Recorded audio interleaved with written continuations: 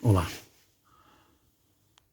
No reino humano, há basicamente dois pontos de vista, duas atitudes, dois estados de alma, dois estados mentais. Um é o celeste e o outro é o terrestre.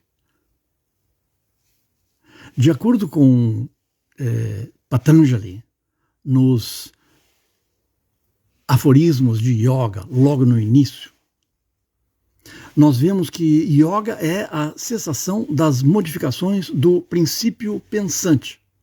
Ou seja, yoga é a imobilidade da mente que pensa.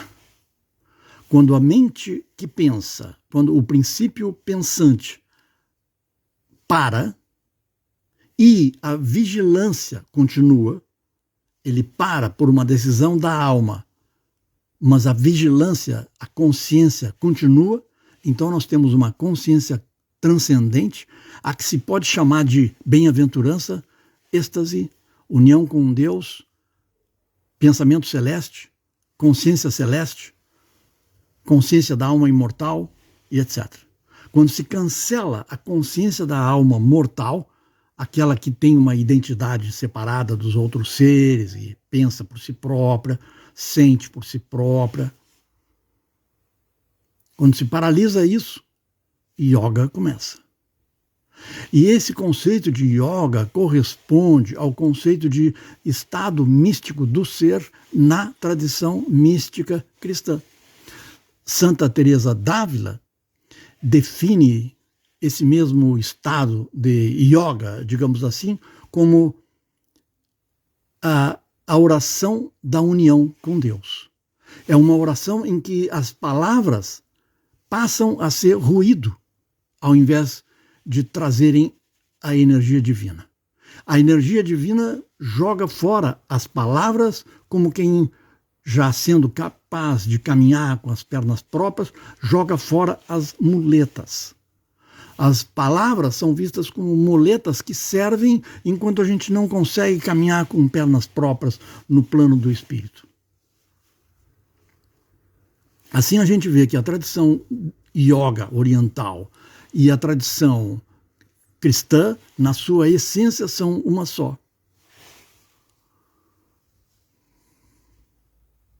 Agora, nós não precisamos optar necessariamente, de maneira excludente, pelo êxtase ou pela consciência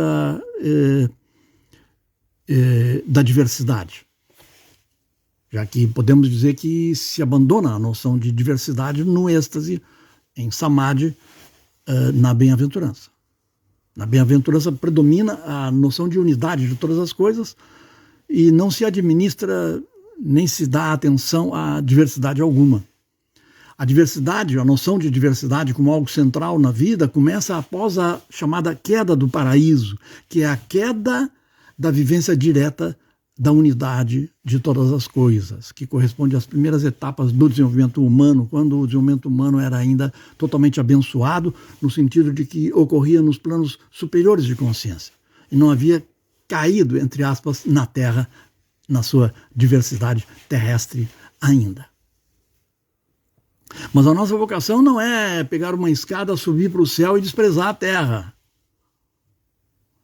A nossa vocação como seres humanos que vivem na Terra é conciliar as duas coisas, é recuperar a consciência celestial sem perder a consciência terrestre. Abandonaremos mais tarde a consciência terrestre dos 5 sentidos quando for o caso de irmos para o céu entre uma encarnação e outra. O céu entre 2 encarnações se chama, em teosofia, Devachan. Mas há tempo para isso, não há pressa. É preciosa uma vida física e a vida física nos ensina a conciliar céu e terra em nós. O ser humano é o ponto de intermediação, é o ponto intermediário, é o ponto central entre céu e terra. Você tem céu, eu superior, terra, corpo físico, e ser humano, mente, a conexão. O ser humano é a escada entre céu e terra.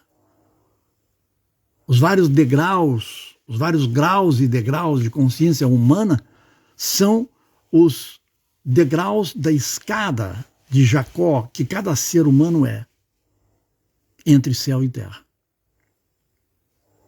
Então nós devemos aprimorar o nosso raciocínio até o ponto em que sabemos pará-lo,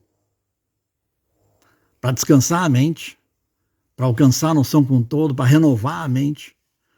E após uma boa meditação em que nós, mais ou menos, abandonamos o raciocínio por algum tempo, nós voltamos a ver a diversidade da vida, a raciocinar, a administrar o mais corretamente possível o funcionamento dos nossos 5 sentidos e da nossa memória pessoal, e assim sucessivamente. Agora, é importante lembrar sempre uma coisa. Quanto mais inferior for o nível de percepção da diversidade, mais nós vamos nos deixar levar pela ilusão do mundo externo terrestre. E quanto mais rodeados de pensamentos elevados, honestos, devocionais em direção ao mundo supremo, fraternos, éticos, morais, altruístas, verdadeiros, quanto mais esse tipo de pensamento nos rodear, interna e externamente, na nossa vida, mais nós vamos estar próximos do bliss, próximos da bem-aventurança, próximos da felicidade eterna. Porque a felicidade eterna pode e deve estar presente ao nosso lado, aqui e agora. O agora é irmão da eternidade. Se você olhar profundamente para o agora, ele é a eternidade. Se você olhar profundamente para a eternidade, ela não está lá longe. A eternidade é aqui, existe aqui, agora. E o ser humano é um dos pontos de encontro, que são infinitamente numerosos, entre o aqui e o agora. Então nós podemos ter aqui e agora o eterno e o não eterno, o superior e o inferior, o espiritual e o físico, o céu e a terra, aquilo que pertence a yoga e aquilo que pertence a não yoga.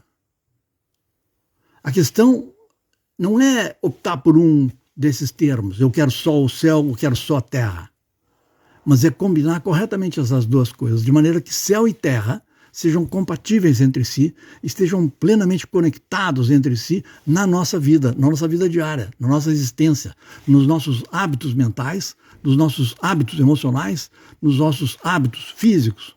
Que o sagrado esteja presente no físico e o aspecto prático da realidade objetiva esteja presente na nossa vivência do sagrado.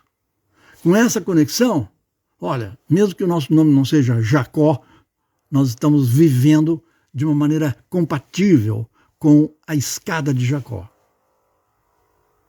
E vamos estar desenvolvendo em nós, construindo em nós a escada entre céu e terra.